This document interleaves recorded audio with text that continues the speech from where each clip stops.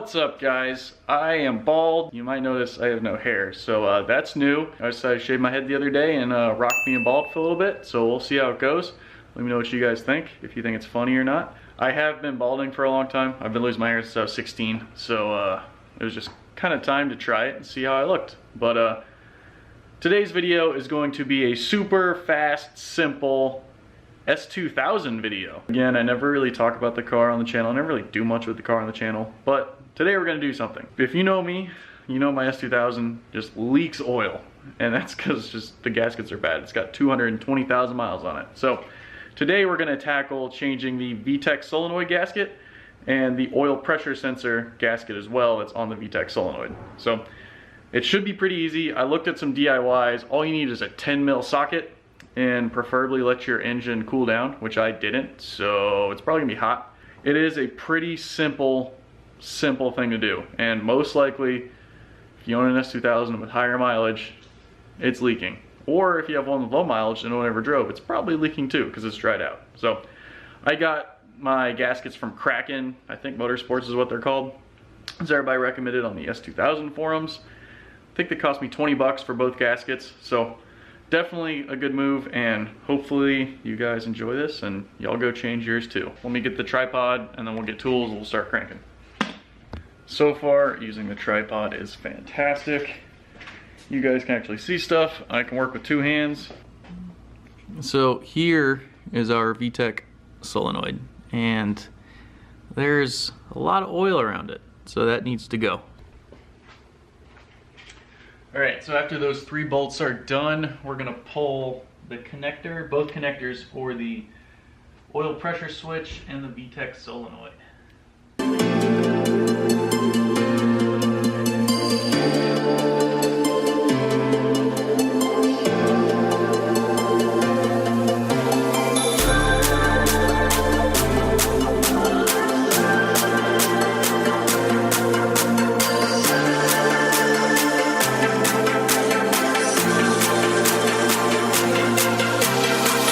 So now we've got our VTEC solenoid off.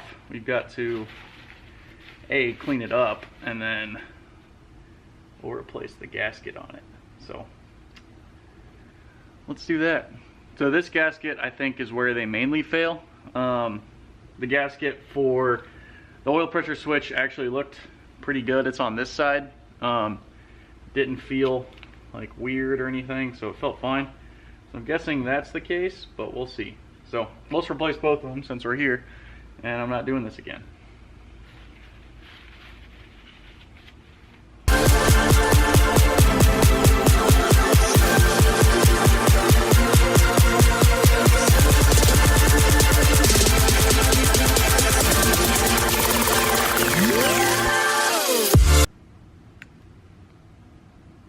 Yeah, this gasket's definitely seen better days because it's just breaking apart in my hands. But we'll get it cleaned up and it won't be leaking from there anymore. We'll just be leaking from all the other places on the S2000 I gotta fix. But we're getting there, guys.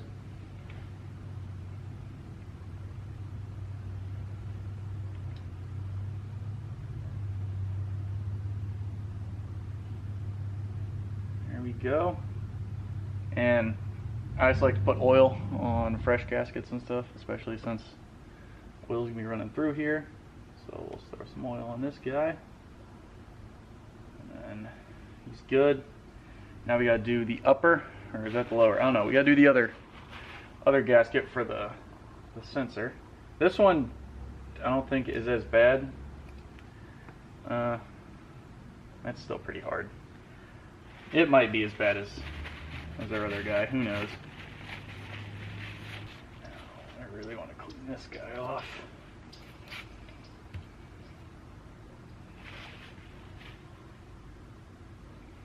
I love when degreaser turns stuff different colors. It's entertaining.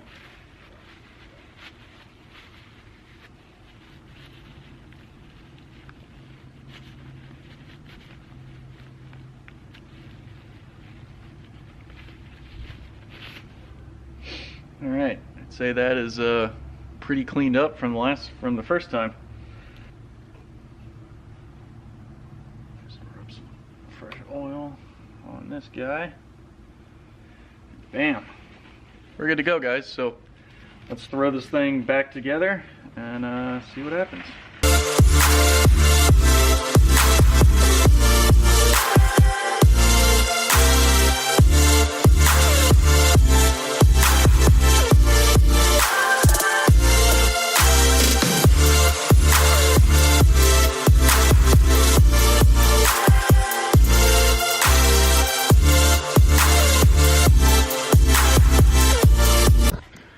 Give you a little close-up shot. So our block is all cleaned up, our sensors are cleaned, everything, all the gaskets have been replaced, and we are good to go. The next step in S2000 maintenance is that O-ring's got to get replaced. That's the bolt for my cam gears.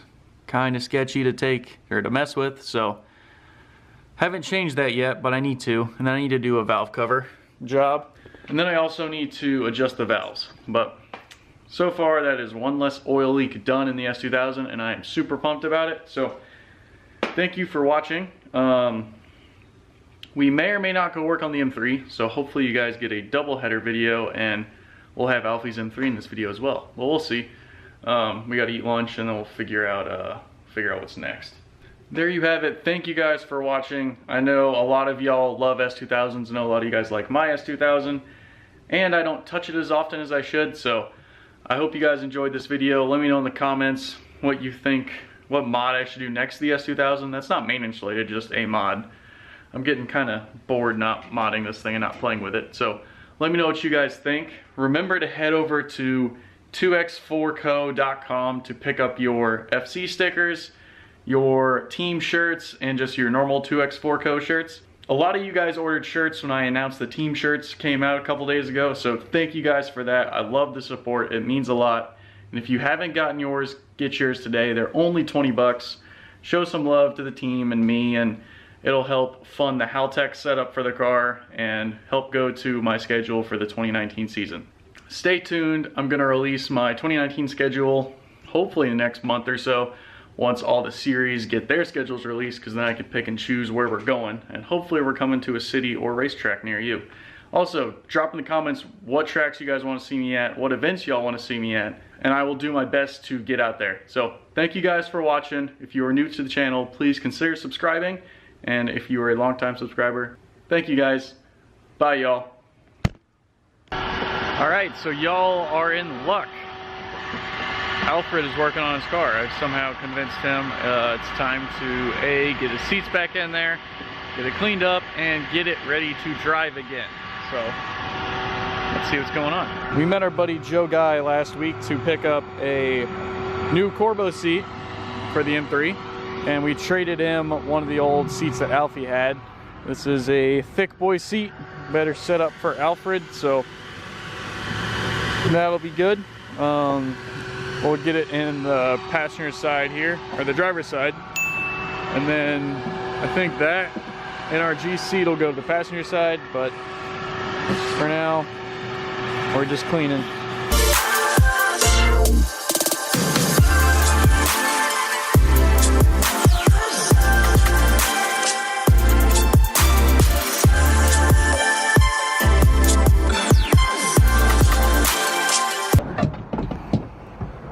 So now the 30-second cleaning took place.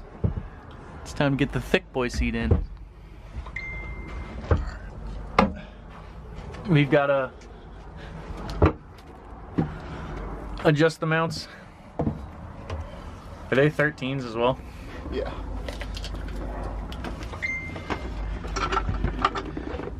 I mean, I'll move this one first, because how much more room you're going to lose. That's true. I'm not going to have much room. Might need a ratcheting wrench.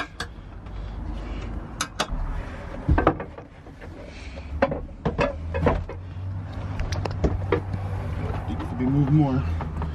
We are sitting on. Oh. We were sitting on top of our deal. I'm kind of amazed this seat was in an MR2. Yeah.